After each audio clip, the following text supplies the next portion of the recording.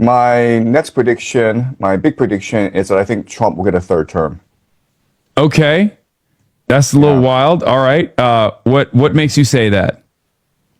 Well, first of all, he and his family have been stealing billions of dollars. That's a lot of corruption, and it's really unprecedented. So if he were to leave the office in 2028, you would imagine the first thing that any new administration would do is conduct an investigation because it'd be very popular among the American people. I also live in China, so I know how these things work. Basically, when someone gets in office and he's behaving like a tyrant, it usually means he's a tyrant. And it usually means he has no intention of ever leaving office. So I think that given his would he get a third term? And when Zelensky visited the White House, there was a White House gaggle, and basically, the reporter asked Zelensky, "Hey, why haven't you had an election for the past 4 years? And you should be out of office." And Zelensky is like, "Well, we're at war, so we suspend the Constitution." And then Trump was like, "Wait, you can do that?" And then Zelensky was like, "You like that, don't you?"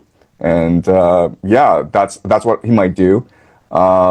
He could also run as a VP and have his son, Don Jr., at the head of the ticket. And then when he wins, when they win by cheating, they can, his son can abdicate and he can be the president again. So there's one complication there. It's actually Right? unconstitutional for him to be the vice president. Like right now, Barack Obama couldn't run as a vice president because he's already carried out his 2 terms. Because That is so that is up to the there's a constitutional hurdle there, but maybe he can climb it. I don't know. That is up to debate because if you talk to any law professor, he or she will tell you that it is unconstitutional. It violates the spirit of the Constitution. But the problem with the Constitution is it doesn't state explicitly that you can't do that. Because what the Constitution says is that no vice president shall be elected, but the vice president is not elected. He's part of the ticket. So it's ultimately up to the Supreme Court to decide what this Constitution says, right? So Yeah. I would debate that they will take this to the Supreme Court. 2028. Likely that Donald Trump will finish his term. Yesterday marked the 1 year mark for him returning to office again, and it doesn't look like he's going to make it to 2028, honestly. It's kind of ironic because he's selling Trump 2028 merchandise and he's having people in his orbit trying to figure out some kind of legal loophole that he can stay in office for more than 2 terms, but it's more likely that he'll keel over before that, right? And this isn't me as like a liberal or anything. This is just me as like a human being with eyes. If you watch this guy speak, it looks like your grandpa about to stroke out or something, right? He's falling asleep in meetings. He's forgetting people's names. He's forgetting the names of countries that he wants to illegally invade. This guy is not all there. He's disappearing for weeks and then returning with half of his face slumped over. He survives on Big Macs and milkshakes, yo. How could someone with the most stressful job in the world, who is an octogenarian, keep it up for another 3 years? It's literally impossible. But that's not the only reason why he might not stick around, right? Because Donald Trump's popularity has hit historic low. Obviously, the dust hasn't completely settled yet on his polling, but he's like James Buchanan levels of unpopular right now. And normally that wouldn't even matter because he's on his second term, but the midterm.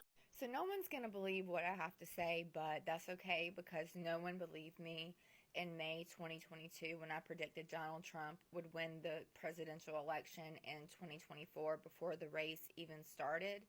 Well, I have a prediction of who's going to win the 2028 race, and that is Gavin Newsom. I had a feeling about Donald Trump in 2022. I have a pretty good gift of foresight. I can kind of feel, I just have a natural gift of kind of knowing where the current's going. And that's what happened in 2022. And I checked his chart, Donald Trump's, and I was like, wow, this man is having amazing transits. If he runs for president, he will win. So when I saw Gavin Newsom meet Donald Trump, I was like, that man is a presidential type person. Let me look at his chart on election night 2028. A lot can happen, but all I can say is if Gavin Newsom runs for president, I'm confident he will win. His transits on election night are out of this world. Out of this world. I'll show you.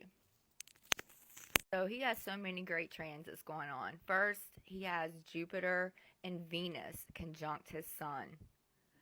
5-star. Donald Trump had Jupiter conjunct his sun in 2024 when he won.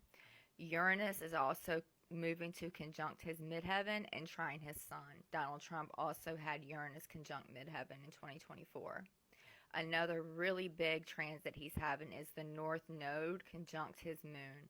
Very big transit. The North Node is karma, destiny. The moon is the public.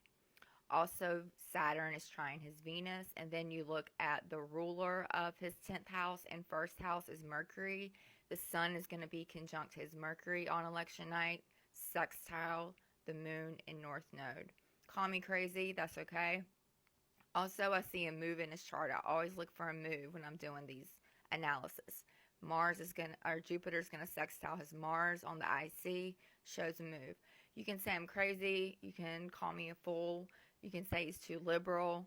A lot can happen in 4 years. I'm telling you, I feel it. I felt it when I saw the video, and then I confirmed it when I looked at this chart.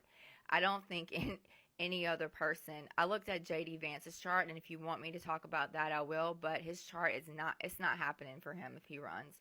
Donald Trump, if he does get a third term, that could be a little iffy because he's having his Jupiter return on election night, which is a really big deal and very fortunate. So let's just hope he doesn't go for number 3. But yeah, I'm here to tell you, Gavin Newsom, keep your eye on him. If he enters the race and Donald Trump doesn't run again, 2028 POTUS. Trump will be gone in 2028, as you point out.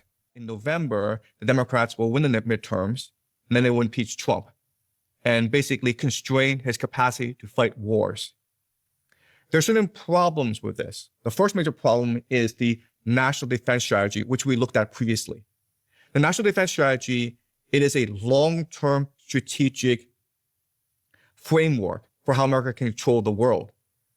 And so one possibility is that Trump is just creating enough chaos for America to transition. When the Democrats come to power, if they come to power, they will institutionalize this strategy. And we know this as a possibility because in Trump's first term, he changed America's strategy around the world. And then when Biden came into power, he then institutionalized the strategy via China, right? So it was Trump who launched this terror war against China, and then Biden comes in power and institutionalizes it, right? So I think World War III, it's a much more long-term war of attrition. And I don't think that this war will end anytime soon. His claim that he believes in America first is translated into America alone. You've heard that before, and that's because we've alienated so many of our partners and friends and allies around the world. And in this multipolar world, where we're still the dominant power, but we have rising powers, it's important to have friends who work in concert with you. And finally, one of the reasons we're losing those friends is because he's undermining the principles that U.S. foreign policy has been based on. We helped establish the post-World War II architecture based on rule of law, based on promotion of democracy, based on freedom of expression, based on free markets, although with guardrails. And he has come in and literally taking a wrecking ball to that. If you listen to the Trump foreign policy, there's no mention of Ronald Reagan's shining city on the hill. Not at all. It's not a principles, values-based foreign policy.